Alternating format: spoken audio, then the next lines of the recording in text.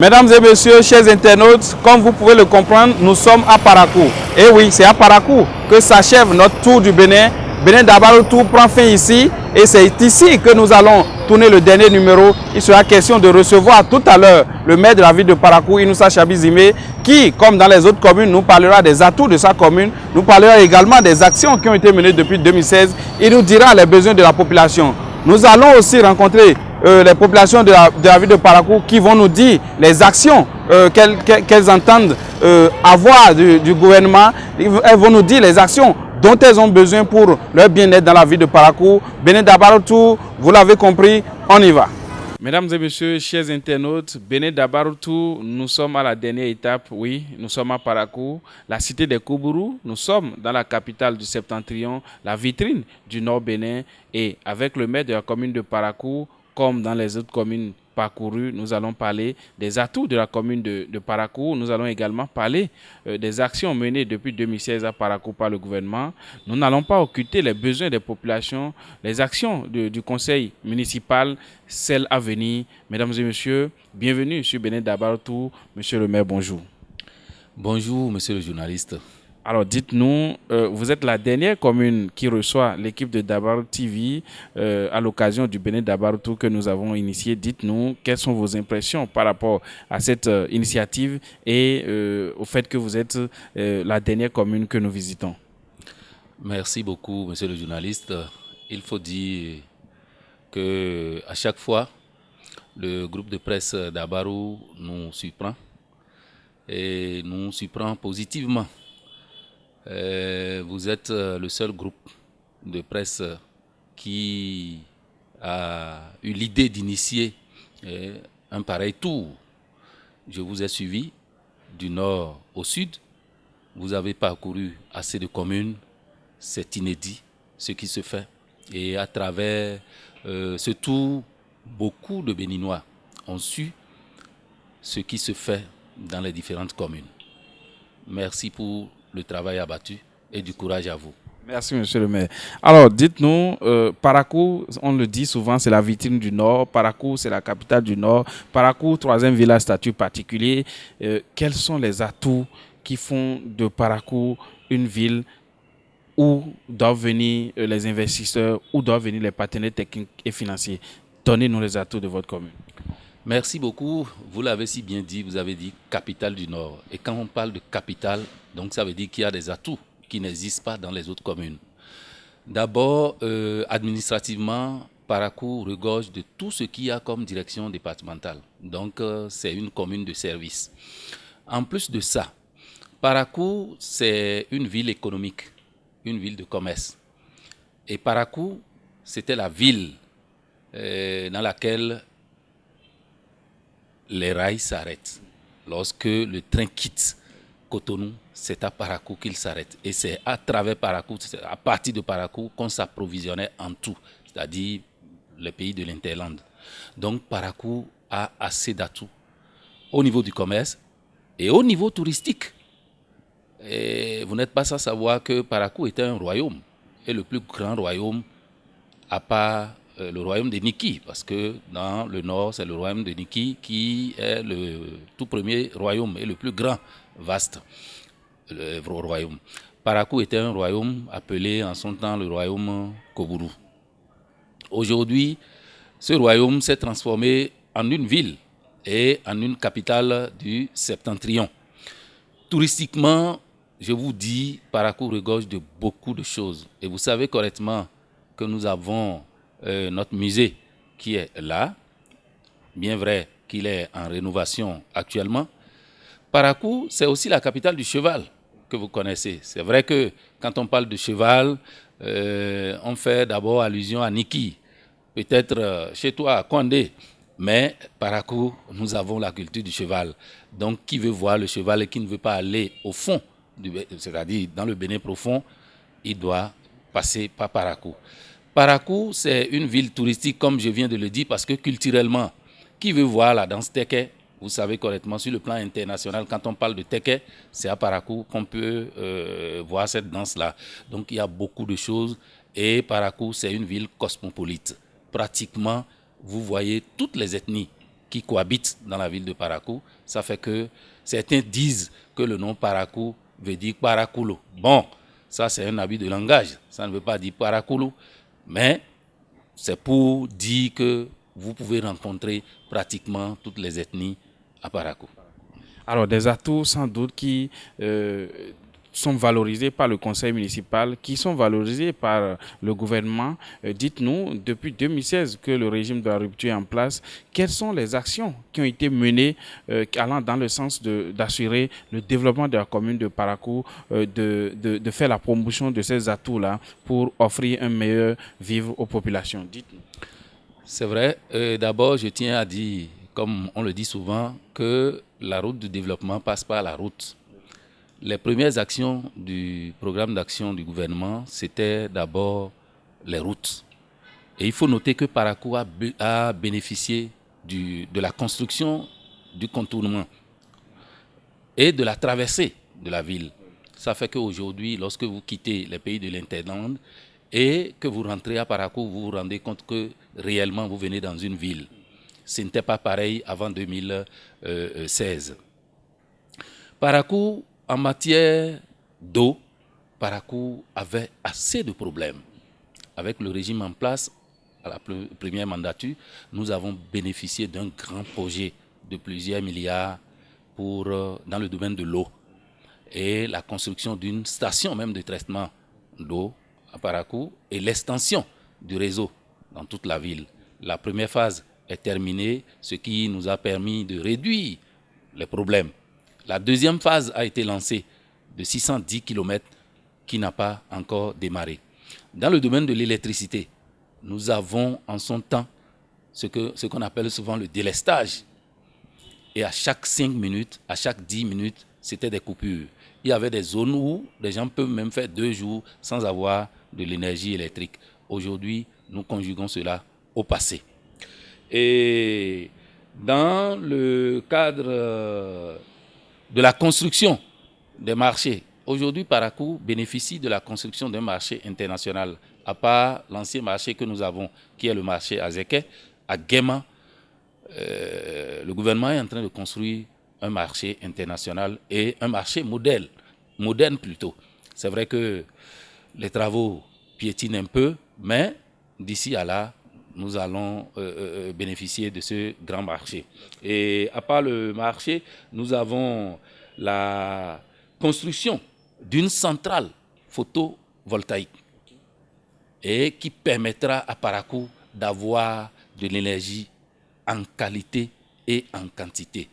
Tout à l'heure, j'entendais parler des zones dans Parakou, des zones non éclairées et qui sont source d'insécurité. Avec cette centrale en construction, nous pensons que nous allons conjuguer au passé aussi le problème d'énergie électrique. Parce qu'il faut noter que Parakou est en train de s'agrandir. La plupart de nos quartiers périphériques aujourd'hui sont dans le noir. Et qui dit noir dit insécurité. Donc ce problème-là doit être vraiment réglé. Parakou a bénéficié de la première phase de l'asphaltage. Il y a certains quartiers qui en ont bénéficié. Le quartier dépôt, vous allez dans le quartier dépôt, difficilement vous allez trouver des voies en terre. Tout a été pratiquement asphalté. Vous allez au quartier Transat, vous allez circuler librement. Vous allez au quartier Zongo, vous allez circuler librement. Vous allez un peu vers le sommet à Guéma, il y a aussi ce quartier qui a bénéficié d'une voie. La deuxième phase, nous l'attendons impatiemment parce que dans nos différents quartiers, les rues sont totalement dégradées. Les rues sont impraticables. Donc, il faut vraiment un investissement lourd pour mettre à jour nos rues, surtout dans les quartiers. Sinon, pour ceux qui circulent dans la ville ou ceux qui traversent Parakou, ils vous diront que Parakou est vraiment une belle ville. Voilà. Monsieur le maire, je suis sûr que les actions sont très nombreuses et nous ne pourrons pas les citer. Alors, le conseil municipal est installé depuis, vous êtes là depuis un certain nombre d'années. Dites-nous, en termes de développement, en termes d'action, qu'est-ce qui a été entrepris par le conseil municipal sous votre leadership qui a permis également de traverser un certain nombre de niveaux en termes de développement depuis que vous êtes là? Merci beaucoup. Depuis notre installation, d'abord, vous savez, les circonstances dans lesquelles nous avons été installés, avec une instabilité. Mais ce moment passé, nous avons commencé déjà par agir, que ce soit dans le domaine de l'éducation. Depuis notre installation, dans la plupart de nos établissements, c'est vrai que nous ne pouvons pas finir de régler les problèmes de salles de classe, les problèmes de mobilier, mais nous avons fait un effort dans beaucoup d'établissements. Même actuellement, il y a des établissements qui bénéficient de la construction de salles de classe. Donc, dans le domaine scolaire, nous avons posé des actes et des actes concrets. Et quittant le domaine scolaire, dans le domaine de la santé, allez dans le centre de santé communal, vous allez constater que les travaux sont actuellement en cours pour mettre à jour ce que nous avons comme maternité. Dans le domaine de l'assainissement, vous voyez notre réseau à faible diamètre qui permettait à l'eau de quitter le marché à Zéké vers la station de traitement. Cette canalisation-là était vétuste. Nous l'avons repris grâce à nos partenaires. Et la station elle-même de traitement des eaux usées, elle a été totalement reprise grâce à nos partenaires. Donc, il y a beaucoup d'actions que nous avons eu à poser. Et aujourd'hui, nous envisageons même la construction d'un hôtel de ville qui va refléter réellement l'image de la ville de Parakou pour que Parakou puisse répondre réellement le nom de capitale du Septentrion. Effectivement, c'est un très bon projet parce que Parakou mérite un hôtel de ville à l'image des hôtels de ville que nous avons pu voir au cours de notre tour à Kisegbana par exemple. Nous en avons vu à Banikwara et autres. Alors, monsieur le maire, nous abordons ici les actions à mettre en œuvre. C'est sûr qu'en tant que maire de la ville de Parakou, vous recevez les plaintes des populations en termes de besoins.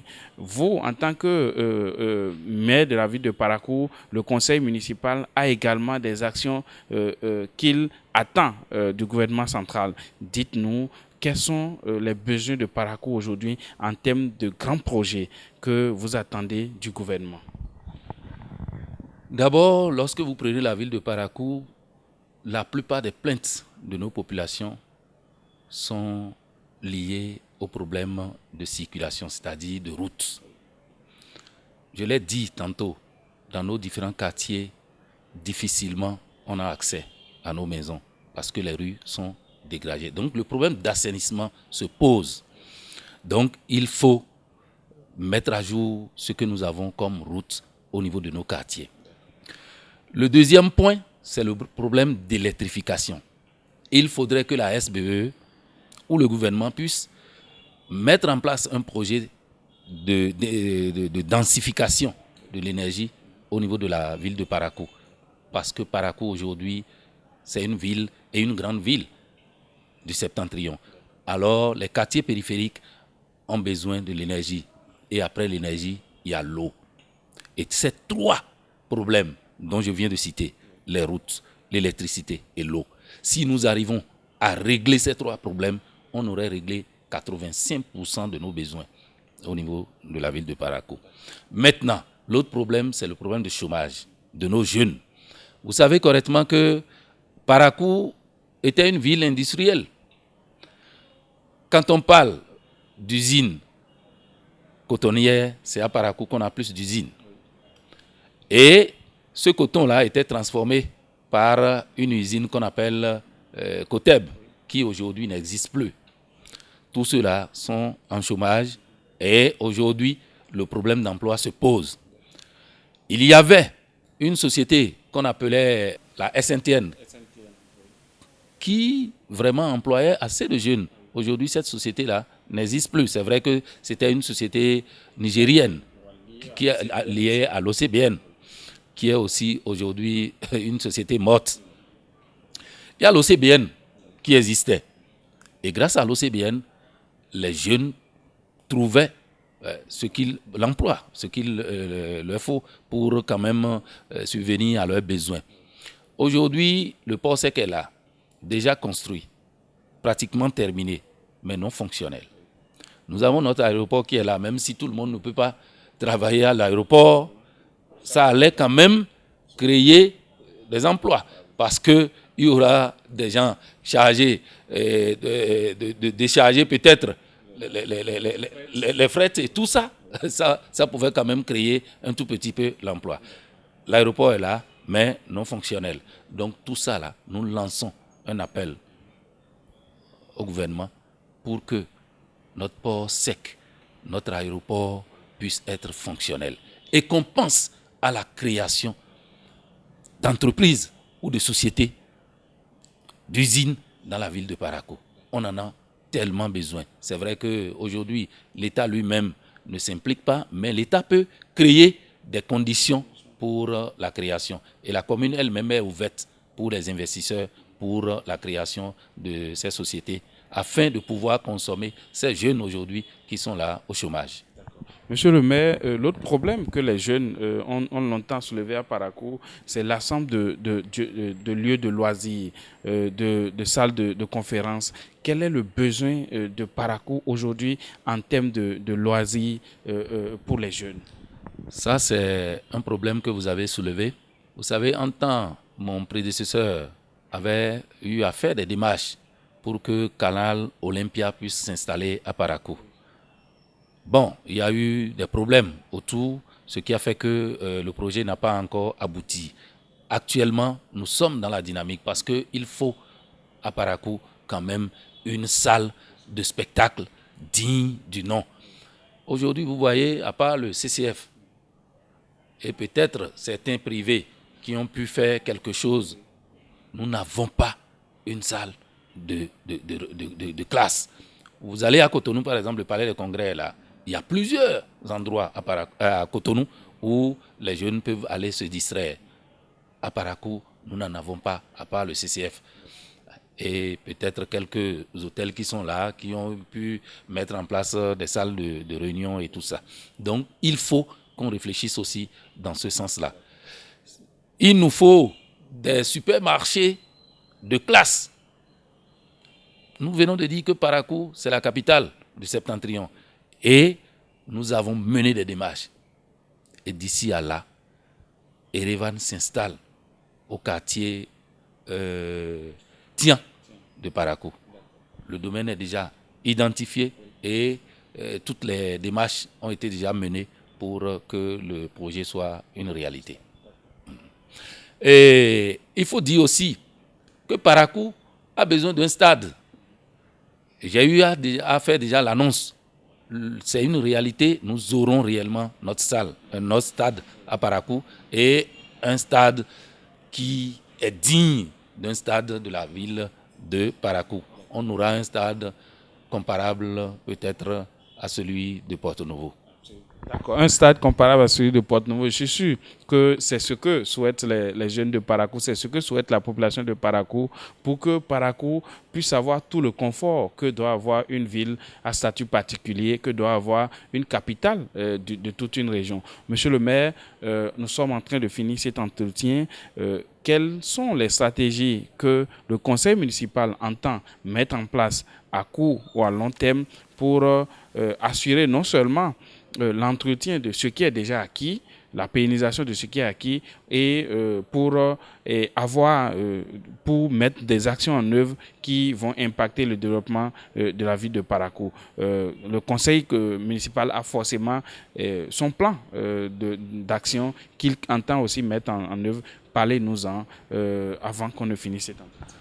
Merci beaucoup. Vous savez que actuellement, sinon depuis un certain nombre d'années, on ne navigue plus à vue. Chaque commune fonctionne à travers son plan de développement communal. Donc, nous disposons de cet outil stratégique-là de développement. Et dans cet outil, ce qui manque souvent et qui fait que les choses traînent, c'est la mobilisation des ressources. Vous savez que c'est le nerf de la guerre. Tant qu'il n'y a pas les ressources financières, difficilement vous pouvez réaliser ce que vous avez prévu. Alors nous allons demander à nos populations, parce que c'est de là que ça vient. Nous n'avons pas des usines, nous n'avons pas, comment dit-on, des ressources minières. Nous vivons grâce aux taxes et aux impôts payés par nos populations. Alors, nous allons demander à ces populations-là de toujours contribuer pour le développement de la commune. Et en plus de ça, le peu, parce que vous avez parlé de l'entretien de l'existant, le peu qui existe, il faudrait qu'on puisse l'entretenir convenablement. Convenablement, vous voyez, à travers le contournement de la voie, vous voyez les actes d'incivisme que nos populations posent. Ce ne sont pas des étrangers qui le font. Ce sont les populations de la ville de Parakou. Et à des moments donnés, nous voyons et nous ne réagissons pas. Donc chacun doit pouvoir quand même jouer son rôle. Chaque citoyen de la ville de Parakou doit pouvoir dénoncer ce qu'il voit et qui n'est pas bon. Cela participe aussi à la veille citoyenne. Vous voyez, récemment, nous avons pu mettre la main sur un individu qui était en train de saccager ce que nous avons là comme panneaux solaires, comme éclairage public. Et lui, il payera pour les autres. Et nous allons continuer. Maintenant, en matière d'entretien de nos voies et tout, nous sommes en train de mettre une dynamique en place grâce à la société de gestion des déchets et de la salubrité qui va intervenir dans la ville de Parakou d'ici à là, dans cette année 2022, ce qui permettra à nos rues et à nos voies de nous présenter l'éclat qu'il faut. Alors, mesdames et messieurs, vous l'aurez compris, c'est avec ce mot d'exhortation au civisme, à la veille citoyenne du maire de la ville de Parakou que prend fin cet entretien. Béné Dabartou, c'est la dernière étape, c'est la ville de Parakou. Merci de nous avoir suivis. Je profite de cette occasion pour dire merci à tous ceux-là qui se sont prêtés à nos questions, à toutes les populations que nous avons rencontrées, à tous les maires qui sont restés disponibles malgré leurs agendas très chargés, à tous ceux-là qui nous ont accueillis les bras ouverts dans les communes, à ces partenaires qui nous ont gracieusement offert des chambres où dormir, à tous ceux-là qui ont contribué à la réussite de Béné Dabartou, deuxième édition. Merci pour l'amour, merci pour les facilités créées ça et là. Béné Dabartou, parce que vous méritez le meilleur de l'information. Je vous remercie et à la prochaine édition.